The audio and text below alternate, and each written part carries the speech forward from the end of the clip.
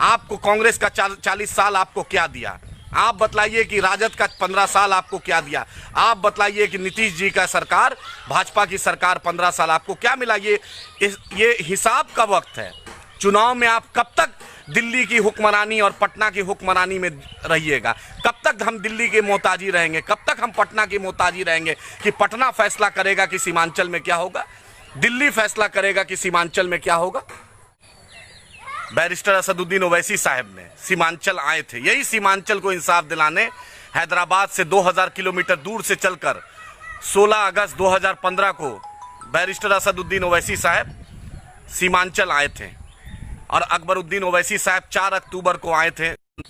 दोस्तों ये देख लीजिए, इंटरनेट कनेक्शन में थोड़ा प्रॉब्लम था। आप देख सकते हैं कि अब देखिए कितना ये बाढ़ की तबाही से सिर्फ खेतों की फसल नहीं बर्बाद होती है, सिर्फ इलाके में इससे मौतें भी होती है। जैसा कि आपने देखा बिहार लाइटनिंग से जो वज्रपात होता है, लाइटनिंग से बिहार में लोग की जाने गई, जिसमें किशनगंज के लोग, पूर्णिया के लोग, अररिया के लोग, गोपालगंज के लोग और दूसरे जिलों के लोग हैं। ये सीमांचल है, इसलिए हम लड़ाई लड़ने आए हैं। सीमांचल में आपका 39 कटिहार, पूर्णिया, अररिया, किशनगंज में 39 ब्लॉक है, 39 ब्लॉक है। मैं सीमांचल के लोगों से आज बतलाइए, आज महानंदा बेसिन प्रोजेक्ट जो जनाब तस्लीमुद्दीन साहब मरहूम, अगर ये प्रोजेक्ट आ जाता तो ये बाढ़ की तबाही इस इलाके में नहीं होती। आप देख सकते हैं कि घर घर में पानी घुस रहा है, घर घर में पानी आ रहा है, लोग कितना परेशान हैं, लोग बेहाल हैं, घर घर में आ रहा है। सीमांचल में आपको बतला दें, कटिहार में कटिहार विधानसभा, कोड़ा विधानसभा, मनिहारी विधानसभा, बलरामपुर विधानसभा, कदवा विधानसभा, प्राणपुर विधानसभा, ये कटिहार का विधानसभा है। उसी तरह किशनगंज में आपको बतला दें, ठाकुरगंज विधानसभा, कोचाधामन विधानसभा, किशनगंज शहर विधानसभा और बहादुरगंज विधानसभा है। उसी तरह पूर्णिया में आपको बतला दें, पूर्णिया में 22 विधानसभा, अमोर विधानसभा, पूर्णिया शहर विधानसभा, धमधा विधानसभा, कस्बा विधानसभा, रुपौली विधानसभा, ये पूर्णिया का विधानसभा है। उसी के एतराफ में बगल में अररिया है, जो अररिया में जोकी विधानसभा है, नरपतगंज विधानसभा है, रानीगंज विधानसभा है, अररिया शहर विधानसभा है, सिकटी विधानसभा है और आपका फारबिसगंज विधानसभा है। ये अररिया की बात। टोटल इस इलाके में 24 विधानसभा है। मैं सीमांचल के गयूर अवाम को बोलना चाहता हूँ, आज अख्तरुल ईमान साहब जैसी शख्सियत आपकी सीमांचल में, आज आपको एक ऐसा चेहरा मिला है, बेबाक चेहरा, जो वक्त के हुक्मरानों से आंख मिलाकर लड़ने की कुव्वत रखता है, जिसको बैरिस्टर असदुद्दीन ओवैसी साहब की साथ है, जिसको अकबर ओवैसी साहब का साथ है। आपसे बोलना चाहता हूं, बतलाइए कि अगर आपके मजबूत क़यादत होती, 72 साल आज़ादी को हिंदुस्तान को हो गए, 72 साल में आप दिल पर हाथ रख के सोचिए कि आपको क्या मिला? आपको कांग्रेस का 40 साल आपको क्या दिया? आप बतलाइए कि राजद का 15 साल आपको क्या दिया? आप बतलाइए कि नीतीश जी का सरकार, भाजपा की सरकार 15 साल आपको क्या मिला? ये हिसाब का वक्त है। चुनाव में आप कब तक दिल्ली की हुक्मरानी और पटना की हुक्मरानी में रहिएगा?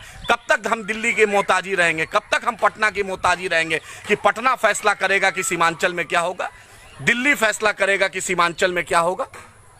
फैसला हम अपने मुकद्दर का खुद फैसला करेंगे। अररिया के लोग करेंगे, जोकीहाट के लोग करेंगे, नरपतगंज के लोग करेंगे, रानीगंज के लोग करेंगे, सिकटी के लोग करेंगे, पलासी के लोग करेंगे, श्रीनगर के लोग करेंगे, बनमनकी के, धमधा के, कोड़ा के लोग करेंगे, आपका 22 अमोर के लोग करेंगे, डगरवा के लोग करेंगे, टेरागाज, छतरगाज, पोठिया, ठाकुरगंज, बहादुरगंज के लोग करेंगे फैसला। कटिहार, बलरामपुर, प्राणपुर, आजमनगर, कदवा, बलिया, बेलोन, कुरुम, आदमपुर, बिघोर, कचना, धचना, मनिहारी, बरारी, ये हसनगंज, डंडखोड़ा, समैली, यहाँ के लोग यहाँ का फैसला करेंगे। कब तक आप पटना की नज़र में आप सोचिएगा कि पटना में इसकी सरकार बने, दिल्ली में इसकी सरकार बने? दिल से सोचिए कि आपको उस सरकारों से क्या मिला? आप उसको आज उस सरकारों से आपको क्या मिला? राहुल गांधी को आप जिताना चाहते हैं, नरेंद्र मोदी को आप प्रधानमंत्री बनाना चाहते हैं, लालू जी को आप मुख्यमंत्री बनाना चाहते हैं, जाके नीतीश जी का जिला देख लीजिए, नालंदा कितना चमक रहा है। लालू जी का जाके देख लीजिए जिला छपरा और मधेपुरा कितना चमक रहा है। जाके नरेंद्र मोदी जी का वाराणसी देख लीजिए, गुजरात उनका देख लीजिए, जहां से वो उनका जो वोट बैंक है वो अपने वोट बैंक को कितना ठीक करते हैं। लेकिन सीमांचल में एक शख्स, एक आवाज, एक बेबाक क़यादत बैरिस्टर असदुद्दीन ओवैसी साहब की आई है, आपके लिए आई है, आपके बेटे को, आपके भाई को, आपकी बहन को, इस मिट्टी के लाल को एमएलए एमपी बनाने आई है। सिर्फ बैरिस्टर असदुद्दीन ओवैसी साहब की सरपरस्ती रहेगी, अकबर साहब की सरपरस्ती देने आई है। क्योंकि जो हैदराबाद मॉडल है, जो तेलंगाना मॉडल है, बैरिस्टर असदुद्दीन ओवैसी साहब चाहते हैं, अकबर साहब चाहते हैं कि एक बेबाक क़यादत अख्तरुल इमान साहब की शक्ल में, इंजीनियर आफ्ताब साहब की शक्ल में, कमरुल हुदा साहब की शक्ल में एक टीम वर्क होता है। सीमांचल के लोगों, आपने हमेशा पटना पे भरोसा किया, पटना में ने भी आपके साथ नाइंसाफ़ी की। आपने हमेशा दिल्ली पे भरोसा किया, दिल्ली ने भी आपके साथ नाइंसाफ़ी की। याद रखिए, आपके बगल में दार्जिलिंग है, गोरखालैंड, उसको स्पेशल स्टेटस मिल चुका है, उसको स्पेशल इकोनॉमिक पैकेज मिल गया। उन्होंने जब मुनज़्ज़म हुए, मुत्तहिद हुए, तो उनको भी मिल गया। जाकर आप नॉर्थ ईस्ट के स्टेट को देख लीजिए, उनको स्पेशल स्टेटस मिल गया है। आप ही के इलाके से गल्ला जाता है, आप ही के इलाके से नारंगी जाता है, अंगूर जाता है, सेब जाता है, काला चना जाता है, आप सोयाबीन जाता है, राजमा जाता है, चावल जाता है। लेकिन आपको वो ट्रेन आपके स्टेशनों पे नहीं रुकती है।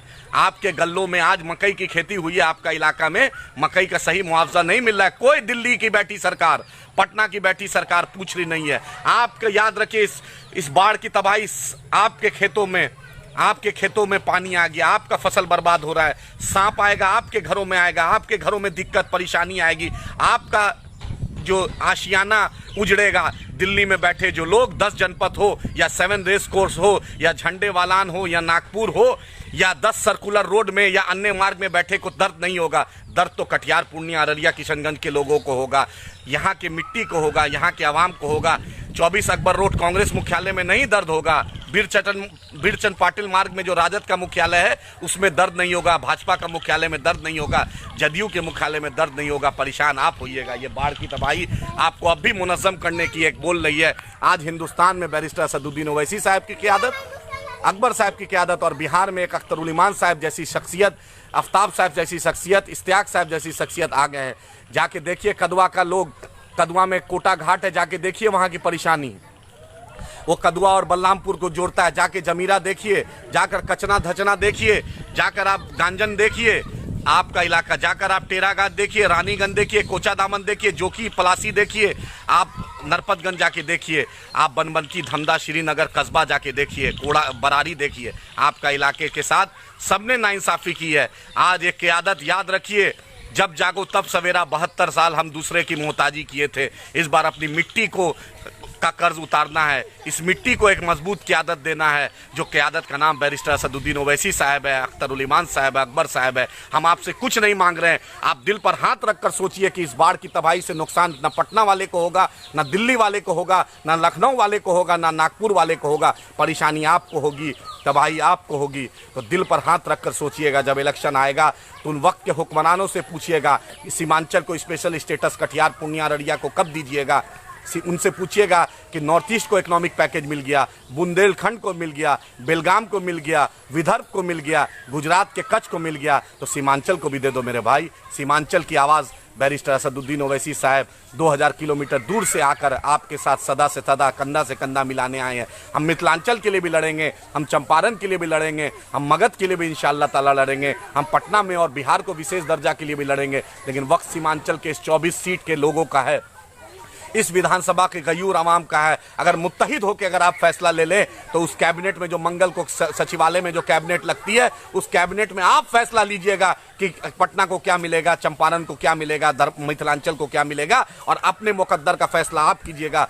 दिल की गहराइयों से आपके सामने अपनी बात रखना हूँ। अगर आपको लगता है कि सीमांचल को इंसाफ दिलाना है तो बैरिस्टर असदुद्दीन ओवैसी साहब के हाथ को मजबूत कीजिए, अख्तरुल इमान साहब के हाथ को मजबूत कीजिए, अकबर साहब के हाथ को मजबूत कीजिए। बढ़ेगा सीमांचल, बदलेगा सीमांचल के मुहिम को मजबूत कीजिए।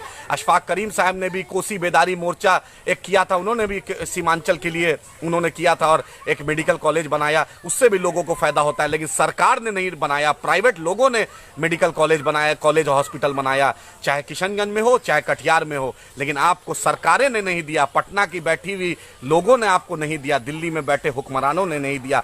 सोनिया जी को जिताने में, राहुल जी को जिताने में, नरेंद्र मोदी जी को जिताने में, नीतीश कुमार और तेजस्वी यादव को जिताने में, नीतीश जी को जिताने में आपको कुछ नहीं मिलेगा। अपने बेटे को, अपने मिट्टी को मजबूत करने में आपको उसका हक मिलेगा।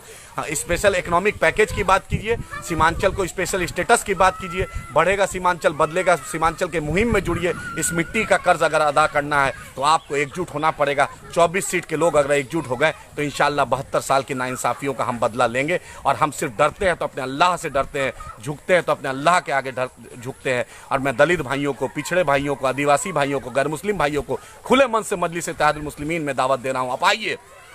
इस 24 सीट में सिर्फ आदिल और इमरान और अख्तर नहीं लड़ेगा।